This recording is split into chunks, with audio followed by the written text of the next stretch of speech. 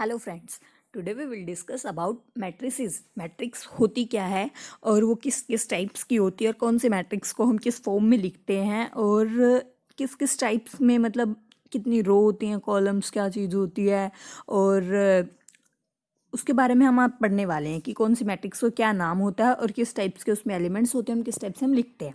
तो फर्स्ट है हमारे मैट्रिक्स की डेफिनेशन कि मैट्रिक्स मेनली होता क्या है। मैट्रिक्स एक हमारी रेक्टेंगुलर एरे ऑफ एलिमेंट्स होती है, मतलब एक रेक्टेंगुलर एरे में नंबर्स की अरेंजमेंट्स होती है। एलिमेंट्स हमारे नंबर्स या फंक्शंस कुछ भी हो तो उनको हम रो और कॉलम फॉर्म में जैसे एक डिनोट्स, जैसे ये हमारा इसको डिनोट करने का वे है। तो जैसे भी हम इसको रेक्टेंगुलर एरे हो गया, ये रेक्टेंगुलर कोई भी है, कैसे डिनोट करते हैं, कैसे सब कुछ एलिमेंट्स को अरेंज करते हैं, वो सब हमारा एक मैट्रिक्स होता है। मैट्रिक्स में जैसे हमारे m रो हैं और n कॉलम है, ठीक है।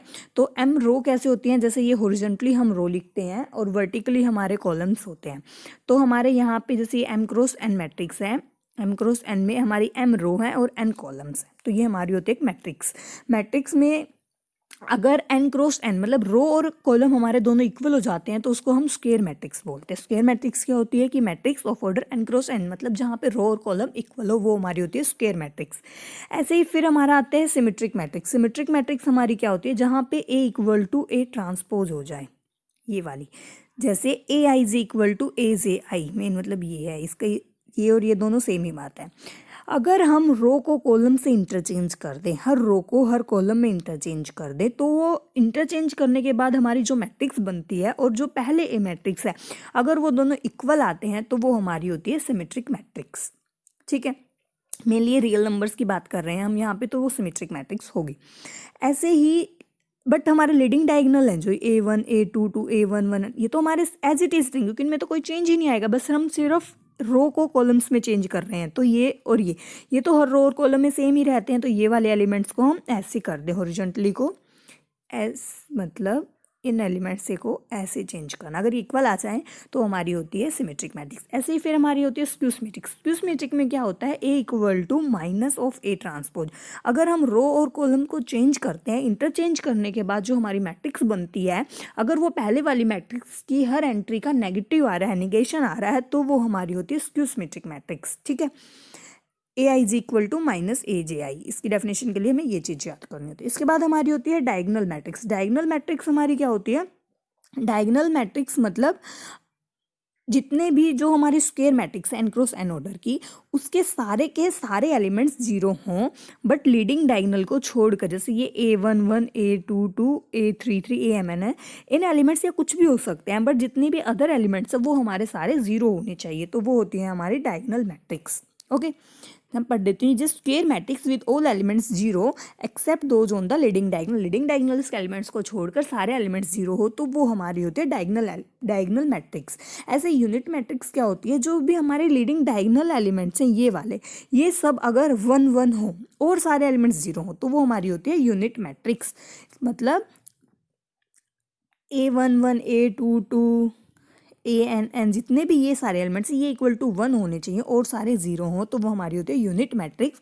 और ऐसे ही फिर हमारी होती है नल मैट्रिक्स। नल मैट्रिक्स मतलब सारे के सारे एलिमेंट्स जीरो हों, चाहे डायगोनल हो चाहे कुछ भी हो, जैसे 0 0 0 0 0 0 0 0 0, ये हमारी होती है नल मैट्रिक्स। और यूनिट मैट्रिक्स होती है जैसे ये 1 0 0 0 1 0 0 0 1, मतलब जो ये वाले एलिमेंट्स 1 होने चाहिए और सारे 0 होने चाहिए, हमारी होगी यूनिट मैट्रिक्स। और डायगोनल मैट्रिक्स से मतलब क्या है, ये वाली 1 2 3 4 और सारे के सारे 0 हैं, ठीक है। ये हमारे 4 क्रॉस 4 मैट्रिक्स है। ये एलिमेंट्स कुछ भी हों बट नॉन जीरो होनी चाहिए और ये सारे जीरो हों, तो ये हमारी होती है डायगोनल मैट्रिक्स। ओके, तो ये था हमारा कि मैट्रिक्स क्या होती है, उसके स्क्वायर मैट्रिक्स क्या होती है और डायगोनल यूनिट और नल मैट्रिक्स के बारे में हमने देखा। अब हम देखेंगे कि ऑपरेशंस क्या होते हैं मैट्रिक्स में। अगर हम दो मैट्रिक्स में को ऐड करते हैं तो हमारी कैसे ऐड करते हैं, सब्ट्रैक्ट करते हैं तो कैसे करते हैं, मल्टीप्लाई कैसे करते हैं, किसी स्केलर से मल्टीप्लाई करने पे क्या आता है, तो ये हमारे कुछ ऑपरेशंस हैं। टू मैट्रिक्स ए और बी इक्वल तब होते हैं अगर उनकी same shape m cross n and corresponding elements equal, सारे के सारे एलिमेंट्स इक्वल होने चाहिए, जैसे 1 2 3 1 2 3, ये तभी इक्वल होगी। ये भी हमारी, जैसे ये है हमारी 2 रो हैं 3 कॉलम है, तो हमारी 2 क्रॉस 3 है, ये भी हमारी एज इट इज होनी चाहिए, तभी ये एंट्री इसके इक्वल, ये इसके इक्वल, ये इसके equal, A11 equal to A1, मतलब कोरोस्पोंडिंग एलिमेंट्स इक्वल होने चाहिए, उनका साइज सेम होना चाहिए, तभी वो मैट्रिक्स इक्वल होती है। ठीक है। अब है किसी दो मैट्रिक्स को हम सब्ट्रैक्ट करते हैं या फिर ऐड करते हैं, तो वो किस टाइप से करते हैं। फर्स्ट इनके लिए हमारे क्या होना चाहिए कि वो सेम साइज की होनी चाहिए। अगर हमारे जैसे m क्रॉस n है तो वो सेकंड वाली भी जिसमें हम ऐड करना है वो भी m क्रॉस n ही होना चाहिए, वो हम n क्रॉस m या कुछ और नहीं ले सकते, वरना हम एडिशन नहीं कर पाएंगे, ना ही सब्सट्रैक्शन कर पाएंगे।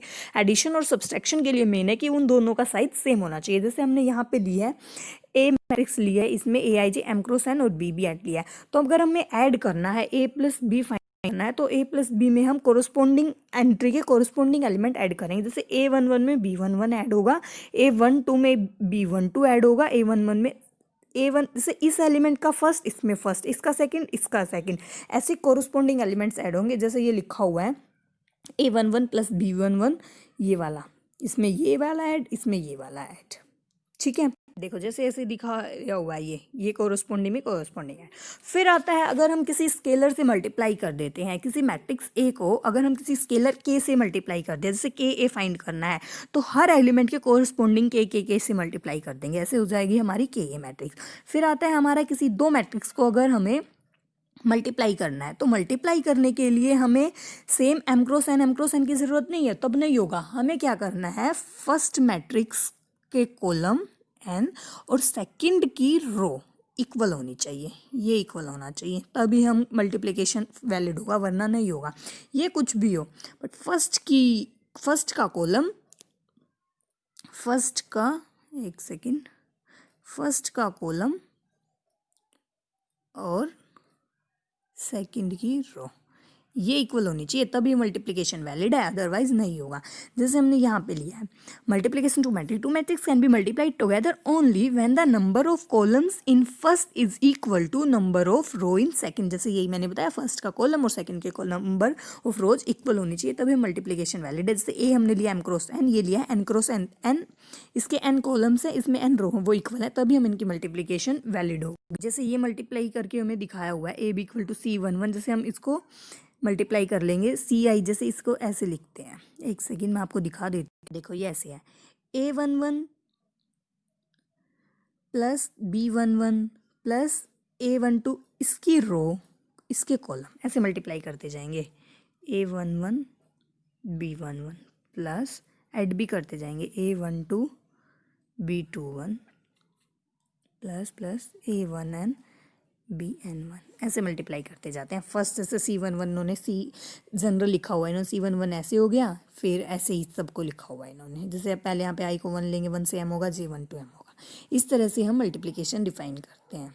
ठीक है, अब हम जैसे लिखा हुआ 10, अगर हमारा A है AIJ 1 1 2 1 4 3 और ये तो हमने A भी सिंपली वो जनरल दिया हुआ है, ये 2 क्रॉस 3 और 3 क्रॉस 1, ये हमारी 2 क्रॉस 3, ये हमारी 3 क्रॉस 1, तो ये हमारा 3 3 सेम है, तो हमारे ऑब्टेन्ड क्या आएगी 3 रो, नहीं ये है हमारी, एक से ये है हमारी 2 क्रॉस 3, ये है हमारी 3 क्रॉस 1, 3 3 सेम हो गया, तो हमारे ऑब्टेन्ड क्या आएगी 2 क्रॉस 1। ये यहाँ पे गलत लिखा हुआ है, प्लस प्लस आएगा बीच में, प्लस है ये यहाँ पे प्लस प्लस, ये हमारी हो गई 2 क्रॉस 1, 2 रो 1 कॉलम। ठीक है, ऐसे ही फिर हमारा होता है ट्रांसपोज, जो हमने सिमेट्रिक मैट्रिक्स में पढ़ा, तो हम ट्रांसपोज को मैंने आपको पहले ही बताया कि रो को कॉलम से इंटरचेंज करना, फिर भी हम पढ़ लेते हैं।